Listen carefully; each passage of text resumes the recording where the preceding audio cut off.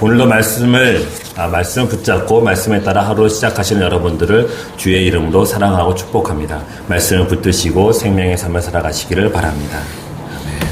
오늘 하나님께서 우리들에게 주신 생명의 말씀은 신약성경 마태복음 4장 1절로 11절까지의 말씀입니다. 신약성경 4페이지에 있습니다. 신약성경 4페이지에 있는 마태복음 4장 1절로 11절까지의 말씀입니다.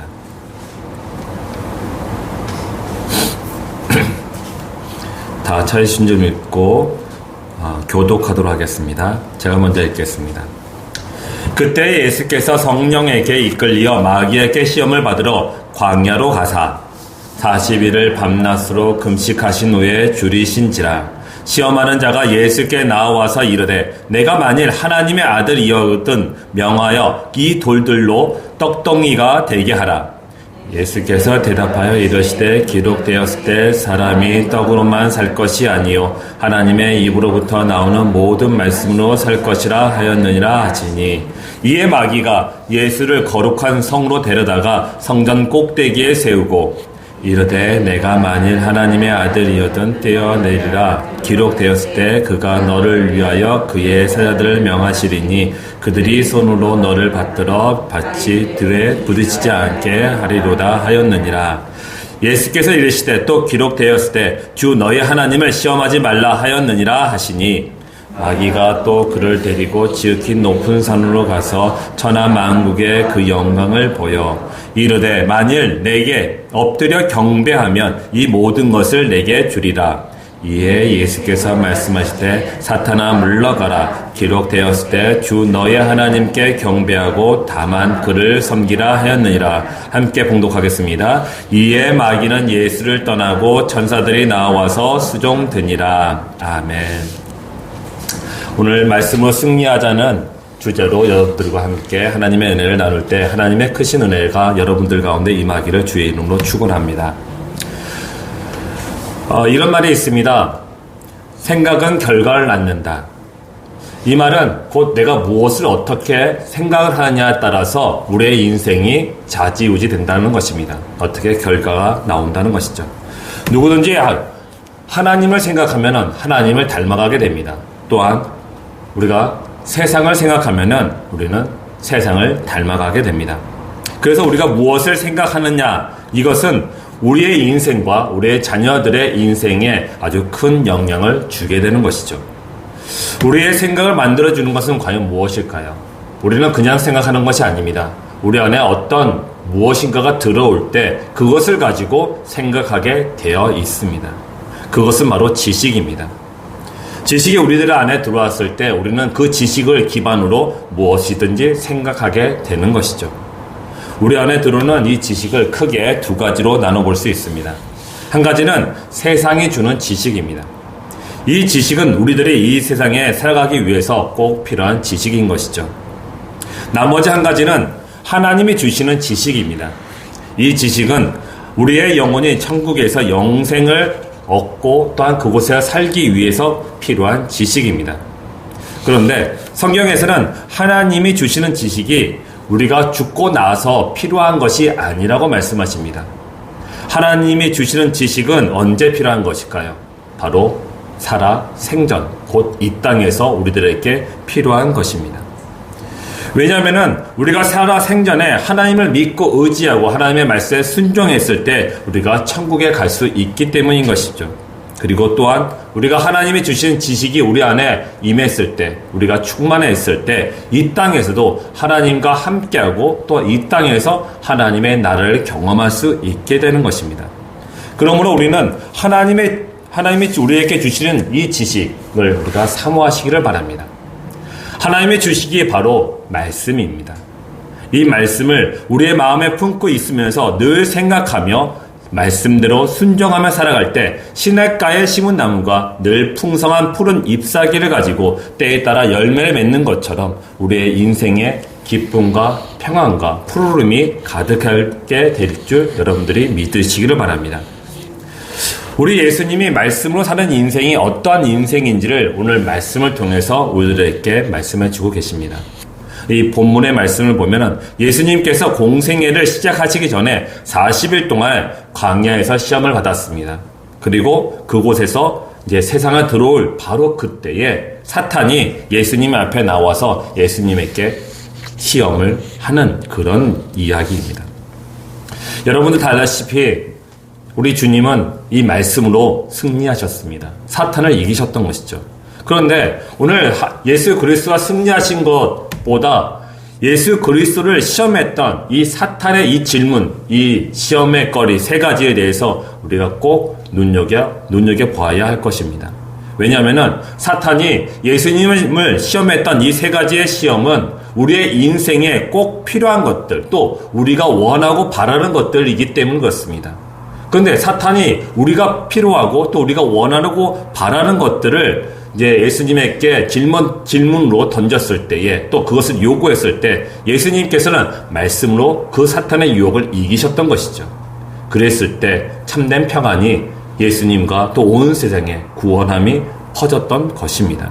그렇기 때문에 우리는 예수 그리스도를 시험했던 이 사탄의 이 세 가지의 질문, 이 시험을 통해서 정말 예수님께서 우리들에게 원하시는 것, 하나님께서 우리에게 정말 주고자 하시는 것이 무엇인지를, 또 우리가 깨닫기 원하시는 것이 무엇인지를 한번 우리가 보고자 하는 것입니다. 첫 번째, 모든 사람들이 태어나서 죽을 때까지 꼭 필요한 먹는 음식으로 사탄이 예수 그리스도를 시험했습니다. 3절과 4절에 있는 말씀입니다.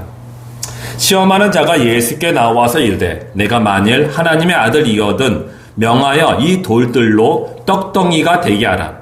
예수께서 대답하여 이르시되 기록되었을 때 사람이 떡으로만 살 것이 아니요 하나님의 입으로부터 나오는 모든 말씀으로 살 것이라 하였느니라 하시니. 아멘. 사탄은 사람들에게 꼭 필요한 것, 정말 없어서는 안 될 것, 날마다 우리가 먹어야 하는 것, 곧 음식에 대해서 예수님을 시험했던 것이죠. 이것은 정말 달콤한 유혹과 같습니다. 왜냐하면 먹는 거, 이 음식만큼 우리가 탐욕을 내야 또 욕심을 갖고 또 우리가 갈망하는 것이 또 어디에 있겠습니까? 맛있는 거, 여러분 싫어하시는 분 계신가요? 아무도 없을 것입니다. 맛있는 음식 다 좋아합니다. 다 먹고 싶어 하는 것이죠. 근데 이런 것으로 예수님을 시험했던 것이에요. 만약 예수님께서 먹는 것을 사람들에게 다 나눠준다면은 사람들은 아무런 저항 없이 예수님께서 하시는 말씀을 다 믿고 따르게 될 것이다 라고 지금 사탄이 예수님을 시험했던 것입니다. 실제로 그런 유혹이 예수님에게도 있었습니다. 요한복음 6장을 보면 오병이어의 기적을 여러분 다 아실 것입니다. 이 오병이어의 기적을 통해서 예수님께서 그곳에 있는 모든 사람들을 배부르게 먹이셨던 것이죠. 그런데 그 오병이어의 기적 이후에 그곳에 있는 사람들이 예수님을 어떻게 했습니까? 예수님을 왕으로 삼고자 예수님에게 다가갔어요. 그때 예수님께서는 그들을 피하여 산으로 피하여 가셨습니다. 예수님이 돌로 떡덩이로 만들지 않았던 그 이유는 바로 오병이어의 기적을 경험한 사람들을 피하신 것과 같은 것입니다. 다시 말해서는 사람의 구원이 십자가 없이는 도저히 이루어질 수 없음을 지금 사탄과 또 우리들에게 말씀해 주고 계시는 것입니다. 그렇습니다. 먹는 음식이 우리를 구원해 줄 수 있는 것은 절대로 아닌 것이죠. 십자가의 구원만이, 그 십자가의 그 사건만이 우리를 구원해 줄 수 있는 것입니다. 육체의 필요는 떡과 물고기로 채워줄 수 있습니다. 하지만 우리에게 진정한 필요한 것, 우리의 영혼이 정말 필요한 것, 또 영원히 필요한 것, 그것은 오직 말씀, 그 말씀만이 줄 수 있는 것입니다. 그렇습니다. 하나님의 말씀이 내 영혼에서 살아 움직이게 되면 사탄의 유혹을 이길 수 있고 또한 우리의 인생에 놀라운 기적이 일어날 수 있음을 믿으시기 바랍니다. 사랑하는 성도 여러분, 돌이 떡덩이로 된 거, 예수 그리스도 믿으면 내 필요한 양식이 태워질 수 있다는 거, 그것만 바라보지 않으시기를 바랍니다. 예수 그리스도를 바라보시기 바랍니다. 예수 그리스도의 말씀이 나와 또한 우리 자녀들과 내 주변에 있는 모든 사람들, 그 사람들을 진정 구원해 줄 수 있는 능력이 됨을 여러분들 믿으시기를 바랍니다.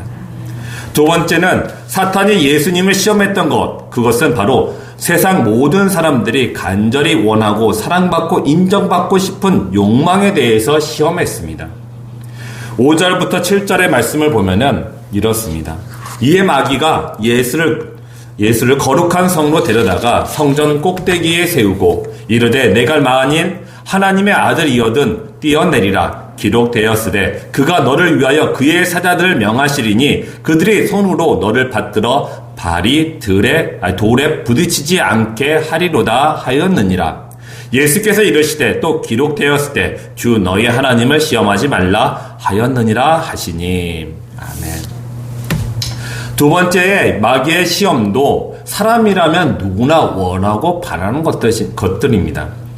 어떤 사람도 나는 다른 사람들의 말과 시선이 필요 없다 라고 외면하는 그런 사람들이 과연 몇이나 될까요?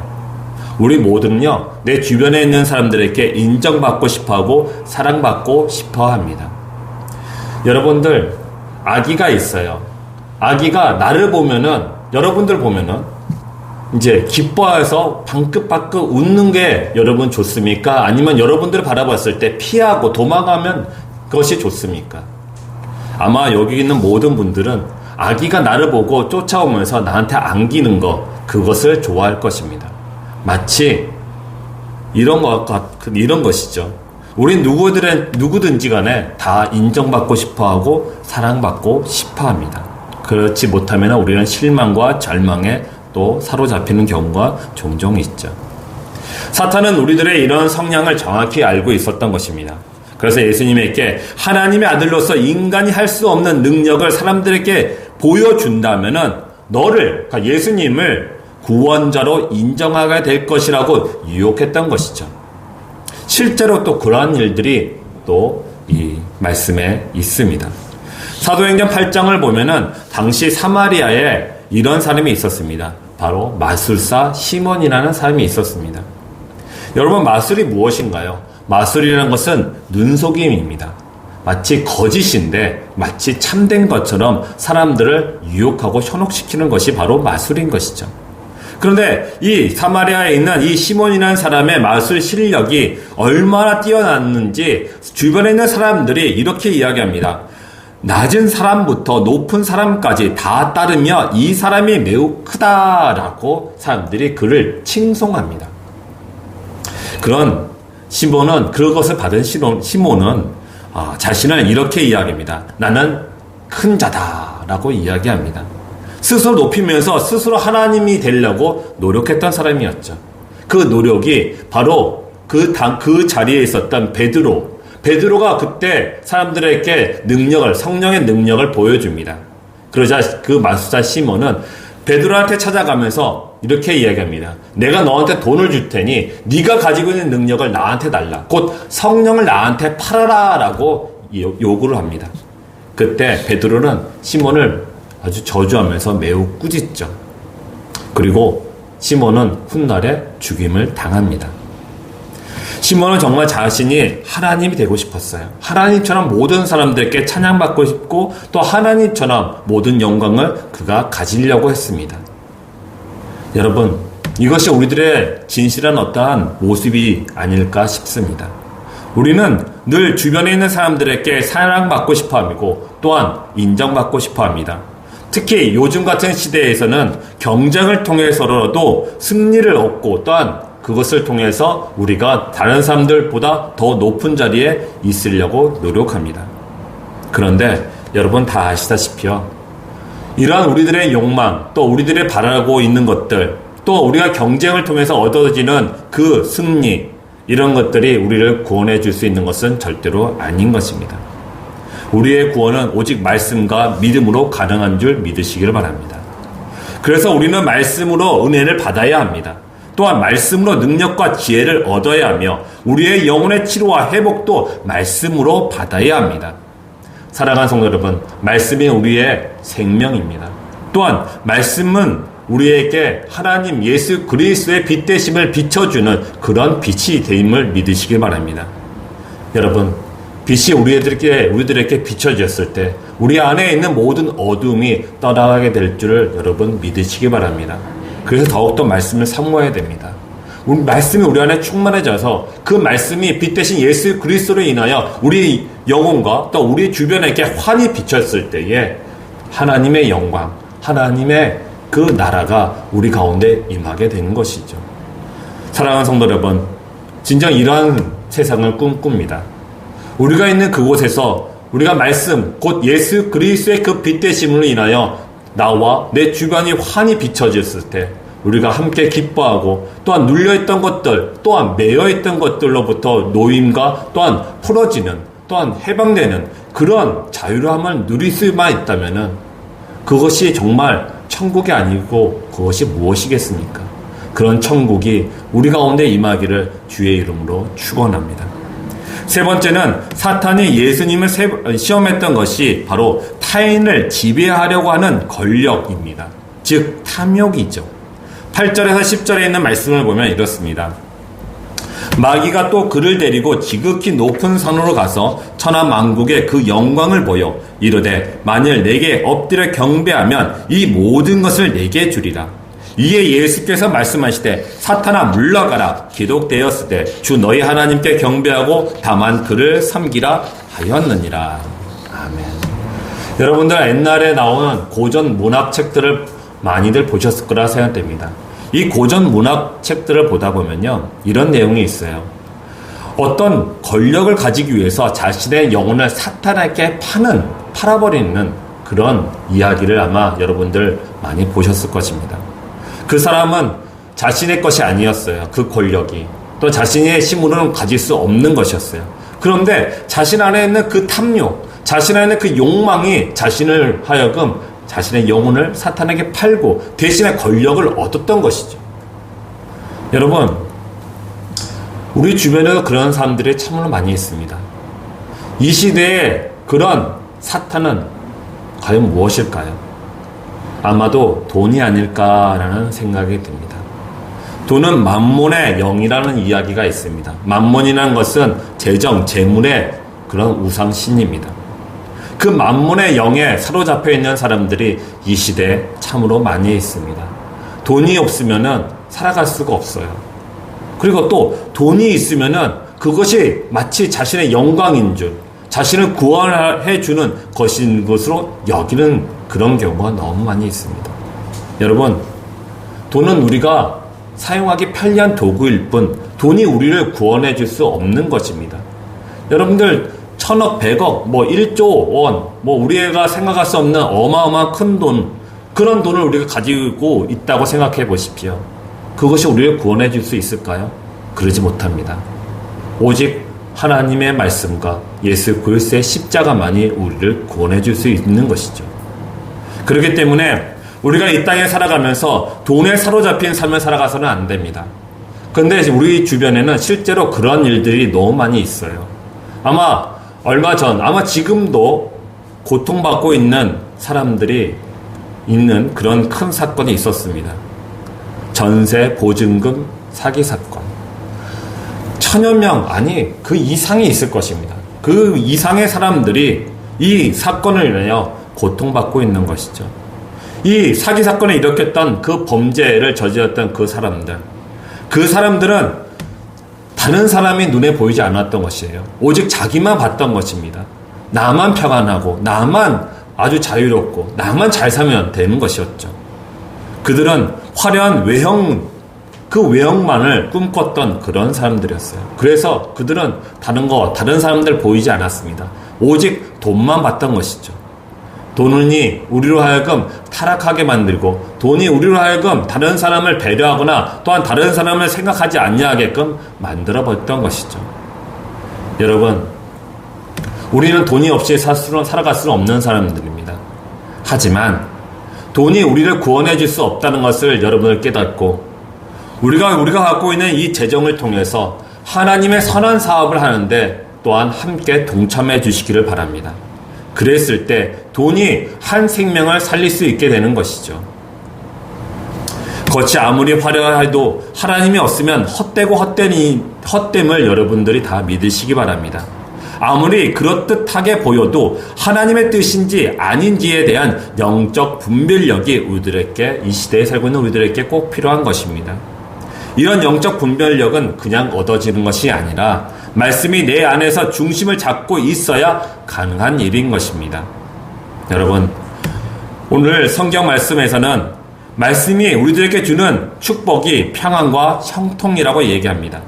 여호수아 1장 8절에 이런 말씀이 있습니다. 이런 율법책을 내 입에서 떠나지 말게 하며 주야로 그것을 묵상하여 그 안에 기록된 대로 다 지켜 행하라. 그리하면 내 길이 평탄하게 될 것이며 내가 형통하리라.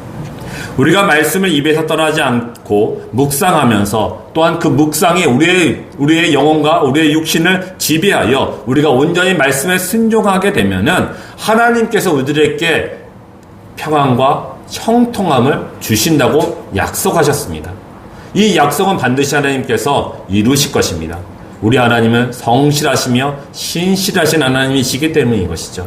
이런 하나님을 믿고 의지하시기를 바랍니다. 사랑하는 성도 여러분, 이제 말씀을 맺고자 합니다.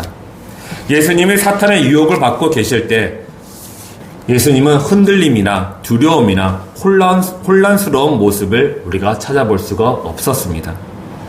이는 예수 그리스도의 심령 가운데 말씀으로 충만했기 때문인 것이죠. 말씀이 그 예수 그리스도의 심령의 중심에 확고하게 자리 잡고 있었기 때문에 사탄의 유혹을 받고 계실 때 흔들림이나 두려움이나 혼란스러운 모습을 찾아볼 수가 없었던 것입니다. 오늘 말씀을 통해서 하나님은 우리들에게 예수 그리스도의 마음을 품으라고 말씀하셨던 것이에요. 우리는 예수 그리스도를 닮아가야 됩니다. 하나님을 닮아가야 됩니다. 그러기 위해서는 말씀을 붙잡으시기를 바랍니다. 오늘도 하나님께서 우리들에게 주신 이 말씀을 붙잡고 참된 평안과 형통함이 우리 주님의 교회 모든 성도들에게 충만하게 임하기를 주의 이름으로 축원드립니다. 기도하겠습니다. 제가 기도한 다음에 여러분들 기도 제목을 한 3가지 정도 드리겠습니다. 그 기도 제목에 따라 좀 기도를 해주시기를 바랍니다. 첫 번째는 성령 충만으로 말씀에 뿌리 내려서 우리 주님의 교회 성도들이 하나님이 주시는 기쁨과 평안이 가득한 하루가 될 수 있도록 기도해 주시기 바라고, 두 번째는 우리 주님의 교회가 생명수가 넘쳐 흐르는 교회가 될 수 있도록, 생명에 충만한 그런 교회가 될 수 있도록 기도해 주시기 바라고, 또한 세 번째로는 오늘 저녁 예배와 내일 모레 주일 예배를 위해서 기도해 주시기 바랍니다. 특별하게 예배 가운데 하나님의 만남이 있는 예배가 될 수 있도록, 또한 예수님과 영적인 대화가 있는 기도의 시간이 될 수 있도록, 또한 성령의 충만함으로 상처받은 영혼들에게 치유와 회복함이 있는 예배, 또한 우리의 모든 묶여있던 것들이 또한 해결되어지고 자유케 되는 예배가 될 수 있도록 우리 그렇게 예배를 위해서 기도해 주시기를 바랍니다. 제가 기도하겠습니다. 사랑과 은혜 하나님 감사합니다. 오늘 이 말씀을 통해서 예수 그리스도의 승리하심이 우리의 승리가 됨을 또한 믿고 의지합니다. 아버지 하나님, 우리가 말씀을 붙잡고 살아갈 수 있는 그런 복된 하루가 되게 하여 주옵소서. 우리의 복된 인생이 되게 하여 주시옵소서. 빛 대신 예수 그리스도의 그 말씀이 우리 가운데 충만하게 임하게 하여 주옵소서. 그리고 그 말씀을 우리를 사로잡게 하여 주시고 그 말씀에 다스림을 받는 복된 하루가 되게 해 주시며 우리의 인생이 되게 하여 주옵소서. 빛이 우리 안에 들어왔을 때 우리 안에 어둠이 떠나가게 될 줄 믿습니다. 빛이 우리 가운데 임했을 때에 우리의 갖고 있는 모든 문제들이 해결되고 또한 풀어지게 될 줄 믿습니다. 아버지 하나님, 믿음으로 구원에 이르게 하여 주옵소서. 세상의 많은 유혹들과 또한 돈의 유혹과 또한 어떠한 유혹에서도 오직 말씀으로 승리할 수 있게 하여 주옵시고 말씀으로 우리가 흔들리거나 두려움에 떨지 않게 하여 주옵시오며 이 세상에 살아가면서 아버지 우리가 혼란스럽지 않게 살아갈 수 있도록 아버지 우리가 말씀을 붙잡고 살아가는 복된 인생에 살아갈 수 있도록 인도하여 주옵소서. 우리 주님의 교회 성도들 가운데 하나님께서 은혜를 충만하게 부어주실 것을 믿고 감사드리오며 우리 구주 예수 그리스도의 이름으로 기도드렸습니다.